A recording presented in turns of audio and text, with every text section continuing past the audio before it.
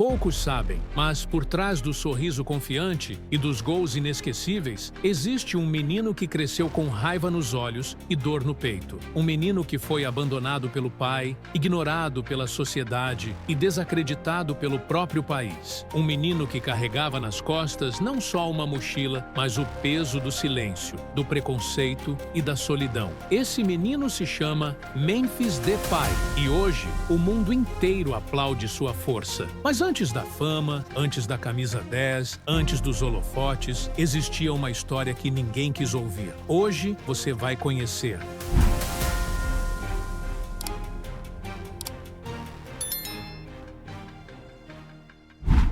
No pequeno vilarejo de Moordrecht, na Holanda, os dias amanheciam frios e silenciosos.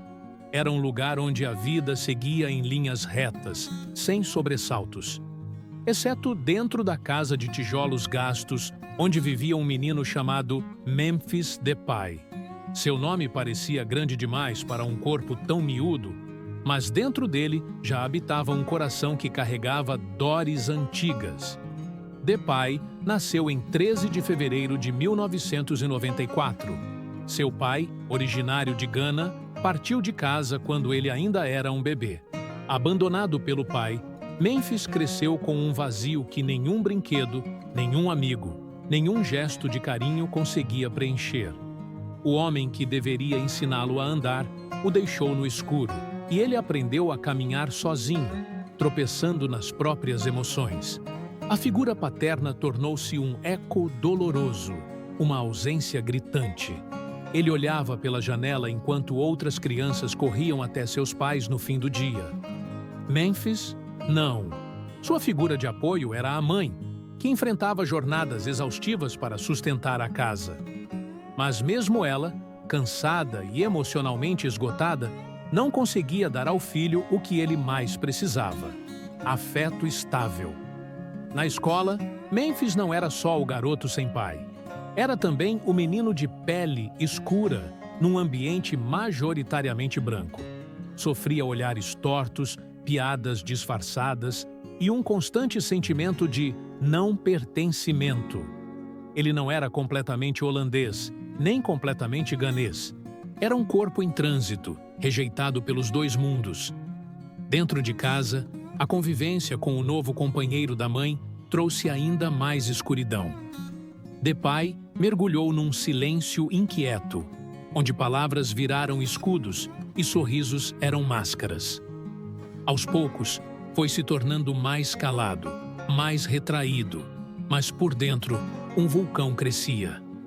A raiva, o ressentimento e a saudade reprimida eram os ingredientes de uma tempestade que ainda viria. Seu único refúgio era a casa dos avós maternos. Lá, Memphis sentia um tipo de paz que parecia estranha à sua rotina. O avô, homem simples e de princípios fortes, foi o primeiro a enxergar nele algo especial. Esse menino tem fogo nos olhos, dizia. E tinha. Mas ainda era um fogo desgovernado, que queimava mais por dentro do que iluminava por fora. O futebol entrou na sua vida como quem estende uma mão a quem está prestes a cair. Na rua, com uma bola de pano, Memphis descobriu que havia algo que podia controlar. Quando a bola rolava, o mundo calava. Ninguém perguntava por seu pai, ninguém falava da cor da sua pele. Era só ele, seus dribles e um sentimento de liberdade que nunca havia experimentado antes. Mas antes da glória, viria a escuridão completa. Ele seria rejeitado, julgado, desacreditado. Mas isso ainda estava por vir. Por agora, Memphis era apenas um menino perdido entre sombras familiares, sem saber que um dia, as mesmas sombras que o sufocavam seriam o pano de fundo do palco onde ele brilharia para o mundo todo. A infância de Memphis Depay não era feita de brincadeiras inocentes ou tardes despreocupadas no parque. Era feita de silêncios pesados, de olhares que julgavam, de uma ausência que doía mais a cada ano que passava. O abandono do pai não foi apenas uma ausência física, foi uma ferida aberta que sangrava em forma de dúvidas, insegurança e raiva. E essa dor, Memphis não sabia como verbalizar. Ele apenas sentia.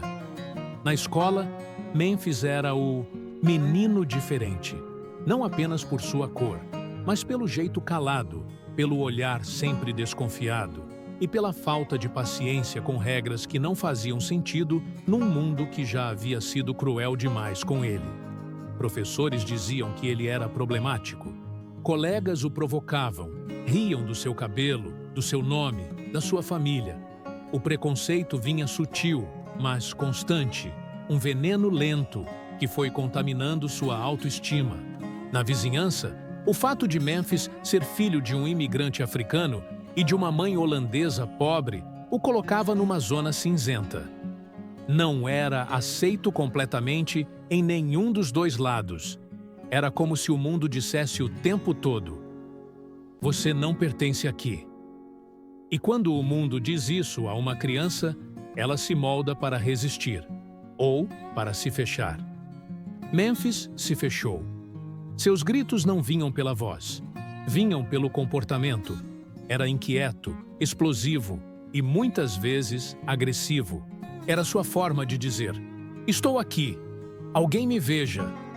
Mas ninguém via. Apenas o rotulavam. Rebelde, insolente, perdido. Nenhum adulto parecia interessado em decifrar o porquê da sua revolta. E aos poucos, ele foi acreditando que não merecia ser compreendido. Em casa, a situação era ainda pior. O padrasto era duro, severo, distante. O afeto era racionado, a paciência quase inexistente. Memphis vivia sob um clima de tensão, onde qualquer atitude poderia ser motivo para castigo ou rejeição. A mãe, sobrecarregada, também não conseguia acolhê-lo emocionalmente. E assim, ele se tornou um estranho na própria casa. Em muitas noites, Memphis chorava escondido. As lágrimas escorriam para dentro, porque ele havia aprendido que mostrar fraqueza era perigoso. Não havia colinho, não havia escuta, não havia abraço. Seus gritos continuavam mudos, e isso o endurecia. Foi nesse cenário que ele começou a usar a bola como válvula de escape. Mas diferente de outros garotos que jogavam por diversão, Memphis jogava como quem luta pela vida. Cada drible era um desabafo, cada chute um grito sufocado. E quanto mais o ignoravam, mais ele se entregava ao campo. Não por amor ao jogo, mas por necessidade de ser visto. Em uma das partidas no bairro, um olheiro viu algo nele. Esse garoto tem algo bruto, mas tem fogo. Era o início de uma nova etapa. Entrou nas categorias de base com promessas de estrutura, futuro, esperança. Mas lá, os preconceitos também estavam à espreita. Os técnicos não sabiam lidar com sua intensidade emocional. Quando Memphis se frustrava, ele não escondia. Quando se sentia desrespeitado, reagia. E isso o marcava negativamente. Era o difícil, o complicado. Poucos entendiam que por trás do comportamento explosivo havia um menino gritando por amor, por segurança, por identidade. Ao mesmo tempo, surgia dentro dele uma crescente vontade de se impor. Ele começou a construir uma imagem durona, orgulhosa, tatuada de defesas emocionais.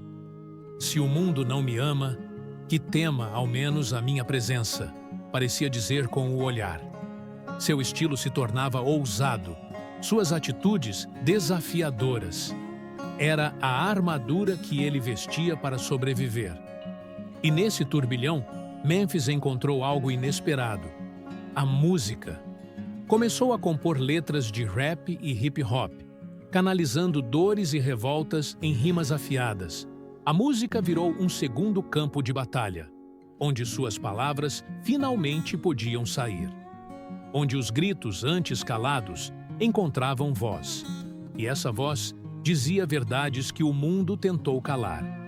Mas ainda assim, por trás do microfone e das chuteiras, havia um menino que carregava o abandono do pai como um fardo invisível. Um menino que, mesmo cercado de oportunidades, se sentia vazio por dentro.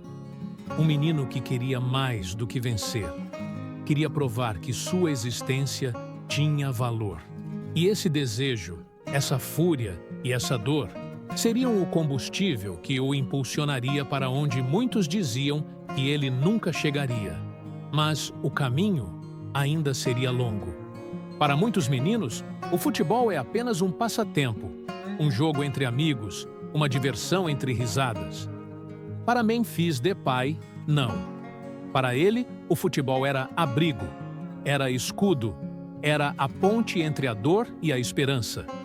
Quando a casa se tornava um campo minado de frieza, quando a escola soava como um tribunal de olhares cruéis, Memphis corria para o lugar onde podia ser livre. A rua, o campinho de terra, o quintal improvisado. Lá, a bola era sua confidente. Cada toque era uma conversa muda com Deus, com o pai ausente, com o menino que ele ainda tentava proteger dentro de si. Ainda pequeno, Memphis mostrava uma habilidade incomum. Mas mais que talento, ele demonstrava intensidade. Corria como quem fugia. Driblava como quem se esgueirava entre os medos. Finalizava como quem gritava silenciosamente: "Olhem para mim." Aos 6 anos, sua mãe, percebendo o único lugar onde o filho parecia respirar em paz, o inscreveu no clube local, o VV Moordrecht. Ali, entre traves enferrujadas e uniformes velhos, começou a escrever a primeira página de uma história que o mundo um dia aplaudiria de pé. Logo, os treinadores perceberam que aquele menino não era comum. Ele não tinha apenas habilidade, tinha foco, fúria e fome. Quando os outros meninos riam ou brincavam entre um treino e outro, Memphis treinava. Ficava até depois, corria mais, treinava chutes com a perna ruim, assistia jogos, anotava lances, não porque alguém exigia, mas porque ele precisava vencer. Não era vaidade, era sobrevivência emocional. Aos 9 anos, foi convidado para um teste no Sparta Rotterdam, um clube profissional de base. Chegou no teste tímido, calado, desconfiado, mas bastaram poucos minutos com a bola nos pés para que todos percebessem. Ele era diferente. Não pelo drible, mas pelo olhar. Um olhar que dizia: "Essa é a minha chance, e eu não vou desperdiçar." Passou, mas junto com a aprovação veio a pressão. Agora, Memphis precisava pegar transporte público sozinho, enfrentar treinos mais duros, competir com garotos de realidades mais estáveis. Enquanto muitos tinham pais na arquibancada, Memphis jogava sozinho. Sua mãe quase nunca podia assistir. Seu padrasto não se importava. Os gritos de incentivo vinham de dentro. E talvez por isso, ele corria como se o coração fosse explodir. Nos treinamentos, Memphis muitas vezes batia de frente com técnicos. Não aceitava ser ignorado. Questionava decisões. Mostrava frustração. Muitos confundiam isso com arrogância. Mas, na verdade, era desespero disfarçado de coragem. Ele queria ser compreendido. Queria ser lapidado, não apenas cobrado. Aos 12 anos, foi convidado para o PSV Eindhoven, um dos maiores clubes da Holanda. Era a grande virada, mas também o maior desafio até então.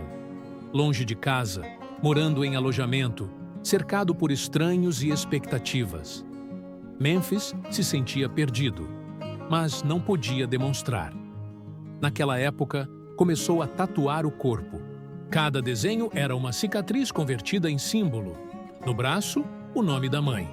No peito, mensagens de superação.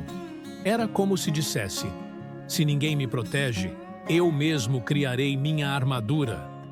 Nos campos do PSV, Memphis passou a ser observado por olheiros internacionais. Seu estilo ousado, seus gols improváveis e sua velocidade impressionavam. Mas ainda havia uma tensão constante entre seu talento e sua personalidade forte. Ele era uma joia, sim, mas uma joia crua, ferida, incendiária. Em paralelo, a música continuava sendo seu segundo refúgio. Começava a compor letras sobre sua infância, sua luta, seus fantasmas. Era como se dissesse ao mundo: a bola me libertou do chão, mas é com a palavra que eu conto quem eu sou. Aos 17, estreou no profissional do PSV. A estreia foi uma explosão. Um gol de fora da área, uma comemoração intensa, um grito preso por anos finalmente liberto.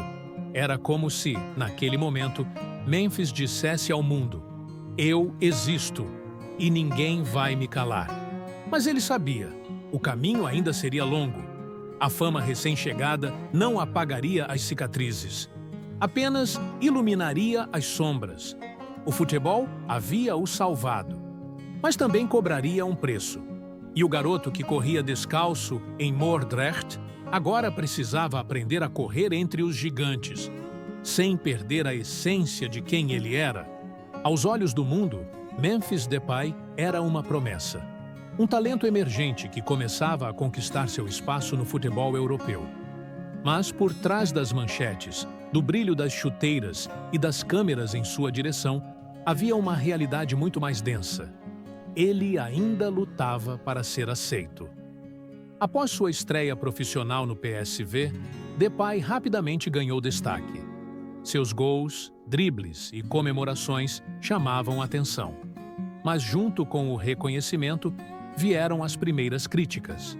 A imprensa holandesa passou a questionar sua personalidade, seu estilo exibicionista, suas tatuagens, seus cortes de cabelo ousados. Chamavam-no de polêmico, arrogante, difícil de lidar. Mas o que poucos sabiam ou preferiam ignorar era que cada expressão externa de Depay era uma resposta a uma vida interna de conflitos. Ele não era apenas um jogador tentando se destacar. Era um jovem homem tentando provar, todos os dias, que tinha valor. Que era mais do que os rótulos, mais do que os julgamentos, mais do que o menino abandonado. Quando foi convocado para a seleção sub-17 da Holanda, muitos viram ali a confirmação de seu talento. Mas também ali começou o embate com o sistema. Memphis não era o modelo holandês de atleta comportado, submisso, disciplinado em silêncio. Ele era intenso, tinha fé, tinha estilo, tinha voz, e isso incomodava. Ao entrar em campo com os colegas da seleção, Memphis notava olhares diferentes. Havia quem o tratasse com desconfiança. Havia quem esperasse que ele errasse. Era como se ele tivesse que se provar 2 vezes mais que os outros. Uma vez por ser jovem e ambicioso, outra por ser negro e direto. Mas Memphis não recuava. Ele fazia dos treinos seu altar. Dos jogos, sua resposta. Jogava com uma fúria controlada, com a dor como combustível. Cada gol era um punho erguido contra a rejeição. Cada assistência, um ato de resistência. No PSV, crescia como protagonista. Ganhou a camisa 7, tornou-se artilheiro do time e, mais que isso, começou a levar o clube a conquistas. Em 2014 e 2015, foi o principal nome da equipe que conquistou o campeonato holandês. Terminaram a temporada campeões e Memphis como o maior goleador da liga. Mas mesmo assim, as críticas não cessavam. Diziam que ele era egoísta, que pensava mais em si do que na equipe. Muitos técnicos viam nele um problema de temperamento. Poucos viam a ferida que motivava cada gesto. E então veio a maior virada da sua vida até aquele momento. A proposta do Manchester United. Um dos maiores clubes do mundo queria Memphis Depay. Era o sonho de qualquer jovem jogador, mas também era um salto ao desconhecido. Ao chegar na Inglaterra, Memphis enfrentou uma realidade muito mais dura do que esperava. A pressão era gigantesca, a cobrança constante. E mais uma vez, ele era visto como o excessivo, o diferente, o problema. Os tabloides britânicos o perseguiam. Cada roupa, cada postagem, cada deslize era amplificado. O técnico Louis van Gaal, que o havia levado, tentava blindá-lo, mas a pressão aumentava. E quando o rendimento caiu, as críticas se tornaram impiedosas. Chamaram-no de fracasso, de decepção milionária. Memphis se calava para o mundo, mas por dentro estava em guerra. Ele havia deixado tudo para trás e agora, novamente, era rejeitado. Mas dessa vez, ele não entrou em colapso. Ele decidiu lutar. Voltou a treinar mais, a se reequilibrar emocionalmente. Buscou apoio espiritual. Começou a escrever um diário. Mergulhou ainda mais na música, na arte, na introspecção. Era como se dissesse: se o mundo me derrubou, então eu vou reconstruir minha própria estrada. E assim, silenciosamente, Memphis renasceu. Pediu para sair do Manchester United. Assinou com o Olympique de Lyon, na França, um clube menos estrelado, mas onde poderia recomeçar sem tanto holofote. Muitos viram aquilo como uma queda. Memphis viu como um ato de coragem. Na França, voltou a brilhar, mas agora de forma mais equilibrada. Seus gols voltaram, sua confiança também. Mas ele já não era mais o mesmo, estava mais maduro, mais consciente, mais dono de si. A derrota o tinha ensinado a ser guerreiro. E foi nesse cenário que o mundo começou a enxergar Memphis por outro ângulo. Não apenas como jogador, mas como um homem que lutou contra todas as projeções negativas e não se rendeu. Hoje, Memphis Depay é mais que um atleta. É um símbolo, um grito que sobreviveu. Um menino rejeitado que decidiu por si só ser grande. Contra tudo, contra todos. Houve um momento em que Memphis Depay se olhou no espelho e não reconheceu quem era. Não por causa dos cortes de cabelo ousados ou das tatuagens que cobriam seu corpo como armaduras, mas porque, por dentro, ele estava vazio. Era 2016. O sonho inglês havia virado pesadelo. A camisa do Manchester United, que um dia simbolizara sua chegada ao topo, agora pesava como um lembrete de falha. Os jornais britânicos o crucificavam. Os torcedores o vaiavam. Ele, que lutara desde menino para ser visto, agora era ignorado. Foi nesse momento que Memphis começou a mergulhar numa das fases mais profundas de sua vida. Não era uma crise apenas de carreira, era uma crise de identidade. Quem sou eu sem o futebol? Quem sou eu sem os aplausos? Quem sou eu quando falho? Ele se perguntava. E as respostas não vinham. A dor o levou para dentro. E foi nesse mergulho silencioso que Memphis encontrou algo que mudaria tudo: a fé. Ele não cresceu numa família religiosa. Nunca foi ensinado a orar ou frequentar igreja. Mas em meio à escuridão emocional, começou a sentir uma presença que o chamava. Começou a ler a Bíblia sem muito entendimento no início, mas com sede de algo que desse sentido ao que estava vivendo. E ali, nas entrelinhas das Escrituras, ele encontrou uma voz diferente de todas as que já o julgaram. Era uma voz que dizia: você é amado, você tem valor, você não está sozinho. Memphis começou a orar. No começo, com timidez. Depois, com intensidade. Como fazia com a bola. Como fazia com a música. Entregou suas dores, seus traumas, seu orgulho. Chorou. Perdoou. Pediu perdão. E então nasceu outro homem. A fé não apagou suas cicatrizes, mas o ensinou a vê-las como sinais de sobrevivência, não de fraqueza. A partir dali, Memphis começou a mudar por dentro. Seus treinos passaram a ser não só físicos, mas espirituais. Começou a escrever trechos bíblicos em suas anotações. Em suas entrevistas, falava mais do coração. Sua música ganhou tons de gratidão, de esperança. E uma das mudanças mais marcantes aconteceu na sua própria imagem pública. O mesmo Memphis, que era visto como rebelde, começou a ser ouvido com mais atenção. Não porque ficou mais quieto, mas porque agora falava com convicção e propósito. Seu braço ganhou uma tatuagem nova. Blessed, abençoado, era mais que uma palavra. era um grito silencioso dizendo: eu sobrevivi, eu fui ferido, mas não destruído. Quando se transferiu para o Lyon, Memphis já era outro homem. Mais equilibrado, mais focado, mais centrado, mas, principalmente, mais conectado com algo maior que ele mesmo. No vestiário, passou a incentivar colegas. Em campo, jogava com intensidade, mas sem o desespero de antes. Não precisava mais provar nada a ninguém. Jogava para glorificar a Deus, para honrar sua dor, para inspirar outros como ele. Em uma entrevista emocionante, Memphis declarou: as pessoas veem minhas tatuagens, meu estilo e me julgam. Mas elas não sabem o que eu vivi. Elas não sabem as noites que chorei calado, os gritos que engoli. Só Deus conhece minha história. E é por Ele que eu sigo. E foi justamente essa conexão com a espiritualidade que lhe deu força para não se perder novamente quando o sucesso voltou. Em Lyon, Memphis reconquistou a confiança, os gols, o protagonismo.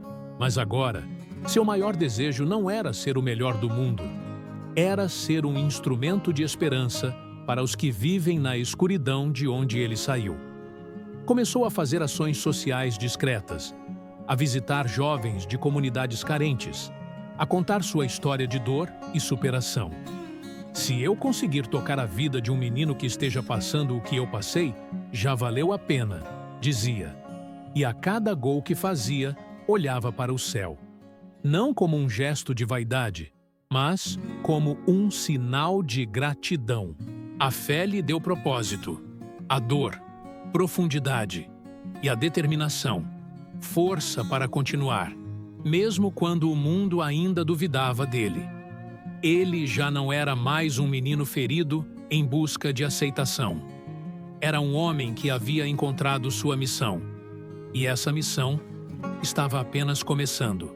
Quando Memphis Depay entrou em campo pela seleção holandesa na Eurocopa, muitos viam apenas o atacante veloz, o chute potente, o número 10 nas costas. Mas quem o conhecia de verdade via algo maior.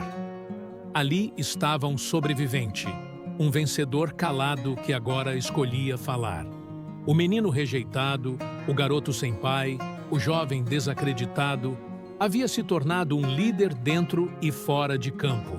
Com a camisa laranja da Holanda, Memphis não representava apenas seu país. Representava milhares de jovens de lares quebrados, de realidades duras, de histórias invisíveis. E o mundo começou a ouvi-lo. As entrevistas deixaram de ser sobre gols e passaram a ser sobre alma. Memphis falava sobre Deus, sobre dor, sobre resiliência.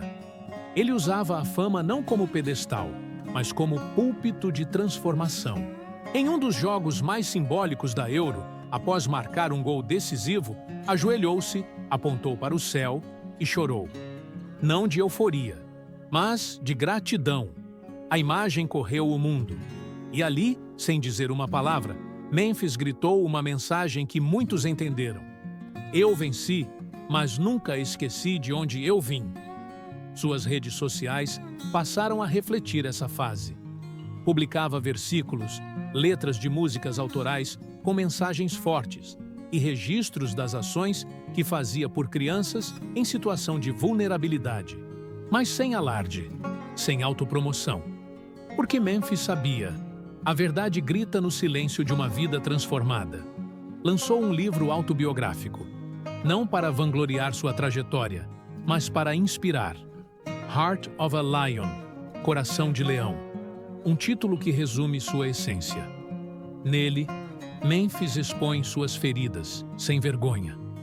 Fala do pai ausente, do preconceito, da depressão, da fé. E milhões de leitores se viram naquele espelho. No futebol, passou a ser convocado com frequência. Liderou a seleção em momentos difíceis. E mesmo quando as críticas vinham, agora ele sabia como responder. Não com raiva, mas com propósito. Foi contratado pelo Barcelona. Outro sonho realizado. E mesmo com a pressão de substituir lendas e lidar com a reconstrução do clube, Memphis manteve-se firme. porque agora ele não dependia mais da aprovação externa para saber quem era. Hoje, Memphis Depay é mais do que um jogador. É uma voz que se levanta onde o mundo gosta de silenciar. Sua jornada é um manifesto vivo de que ninguém é prisioneiro da origem, que a dor pode ser força, que fé não é fraqueza, é revolução interna. Quando o mundo duvidou, ele respondeu com trabalho. Quando o mundo criticou, ele respondeu com arte. Quando o mundo tentou silenciar, ele aprendeu a falar com a vida. E agora, o mundo ouve.